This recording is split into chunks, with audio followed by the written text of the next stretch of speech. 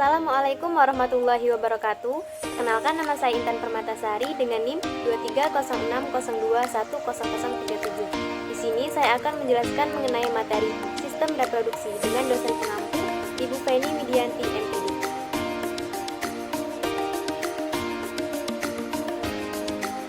Seperti yang kita ketahui, bahwasanya setiap makhluk hidup itu pasti mengalami yang namanya reproduksi. Apa sih reproduksi itu? Jadi, reproduksi adalah proses biologis di mana makhluk hidup berusaha untuk menghasilkan keturunan demi keberlangsungan generasi selanjutnya, agar mereka tidak punah. Nah, jadi sistem reproduksi sendiri adalah kumpulan organ-organ eksternal maupun internal pada makhluk hidup untuk kepentingan reproduksi tadi. Nah, di sini kita akan membahas mengenai sistem reproduksi itu, khususnya pada sistem reproduksi pada manusia. Jadi, pada sistem reproduksi manusia itu dibagi menjadi 3 bagian. Yang pertama yaitu mengenai tahap pembelahan sel. Jadi, pada tahap pembelahan sel ini dibagi menjadi 2 lagi, yaitu ada mitosis dan meiosis. Kemudian ada membahas mengenai organ reproduksi. Di sini kita akan membahas mengenai organ reproduksi pada perempuan dan laki-laki. Kemudian yang terakhir ada pembahasan mengenai penyakit organ reproduksi. Materi yang pertama yaitu mengenai pembelahan sel. Ini saya memiliki sebuah video yang bisa kalian tonton yang nanti akan menjelaskan mengenai bagaimana sih pembelahan sel itu sendiri.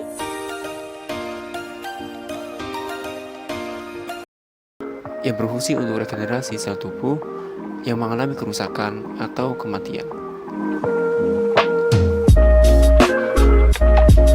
Mitosis menghasilkan sel anakan yang identik dengan induk yang bersifat diploid atau 2N. Dalam pembelahan mitosis terdapat 4 proses, yaitu profase, metafase, anafase, dan telofase. Sebelum masuk ke tahap pertama yaitu profase, sel akan mengalami tahap interfase. Pada interfase, material genetik dalam inti akan mengalami peningkatan. Tahap profase. Pada tahap ini, benang kromatin yang terdapat dalam nukleus akan mengalami pemadatan atau kondensasi menghasilkan sebuah kromosom yang terdiri dari 2 kromatin bersaudara yang dihubungkan oleh sentromer. Selain itu, inti nukleus dan juga membran nukleus akan menghilang.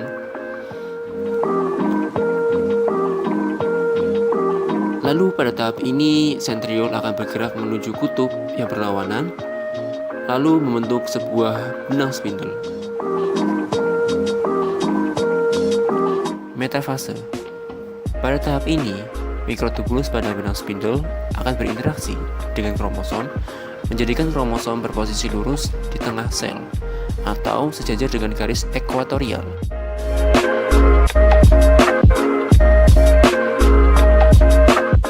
Setelah itu, benang spindle akan menempel pada bagian kinetokor pada kromosom.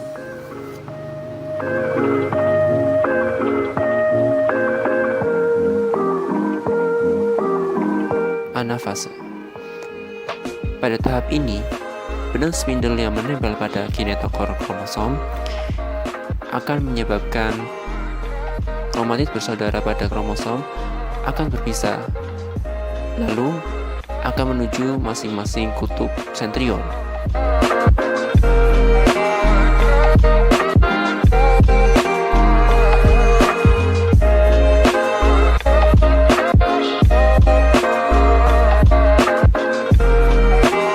Telofase. Pada tahap ini, kromatid bersaudara akan sampai di kutub dan terlepas dari benang spindle. Lalu kromatid akan bertransformasi menjadi benang kromatin kembali. Lalu akan terbentuk kembali nukleus serta inti nukleus di setiap kutub. Sitokinesis. Pada sel hewan, cincin kontraktil akan menekan bagian tengah antara kedua kutub, menyebabkan terpisahnya 2 kutub dan menghasilkan sel anakan. Pada sel tumbuhan, di antara kedua kutub akan terbentuk sebuah dinding sel yang menyebabkan berpisahnya kedua kutub, menghasilkan sel anakan.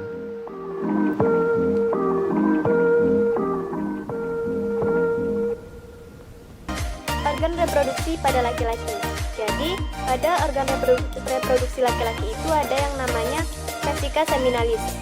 Kemudian ada vas deferens, ada uretra, ada penis, ada skrotum, ada testis, ada epididymis, ada kelenjar Cowper atau bulbouretra, kemudian ada kelenjar prostat, dan ada vesica seminalis.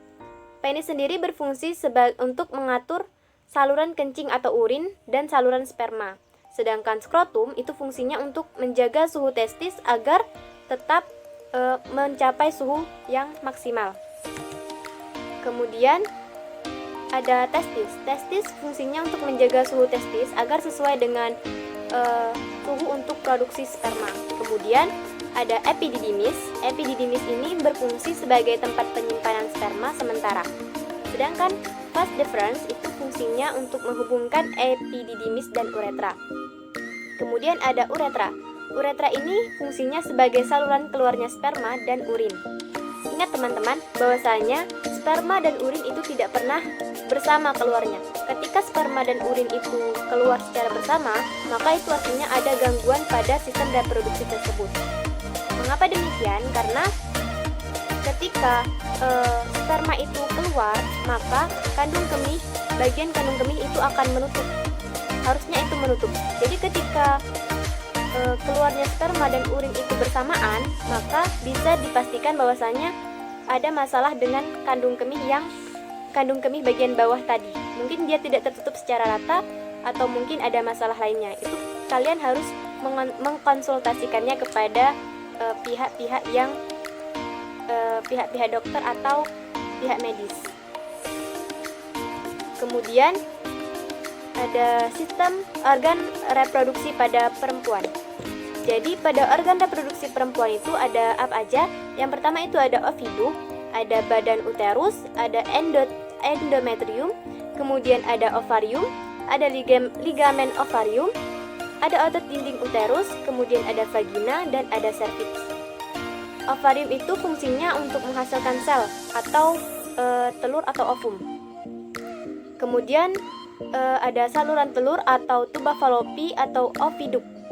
Saluran ini fungsinya untuk menghubungkan antara ovarium dan juga endometrium. Kemudian ada cervix. Cervix ini fungsinya sebagai struktur rahim bagian bawah yang menyempit dan membuka ke arah vagina. Kemudian ada endometrium. Fungsinya itu sebagai lapisan yang membatasi rongga rahim dan meluruh saat menstruasi. Jadi ketika proses menstruasi itu, maka sel-sel telur yang tidak dibuahi itu akan meluruh. Kemudian luruhnya sel telur tadi yang tidak dibuahi tadi juga akan meluruhkan dinding rahim tersebut. Tetapi ketika sel telur tersebut dibuahi, maka dinding rahim ini akan menjadi tempat melekatnya sel telur itu dan berkembangnya janin. Kemudian yang terakhir itu ada rahim. Rahim sendiri fungsinya itu berfungsi sebagai tempat berkembangnya janin selama kehamilan.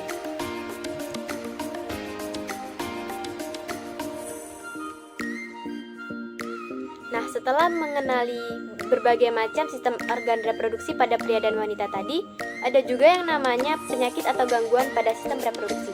Jadi, ketika sistem reproduksi itu tidak bisa berfungsi dengan baik, itu berarti ada suatu gangguan pada sistem reproduksi tersebut. Berbagai macam penyakit pada sistem reproduksi itu diantaranya ada kista, ada juga yang namanya kanker serviks, kemudian ada prostat, ada kemandulan. Nah, kemandulan ini biasanya menyebabkan suatu individu itu tidak bisa menghasilkan keturunan atau sulit untuk menghasilkan keturunan.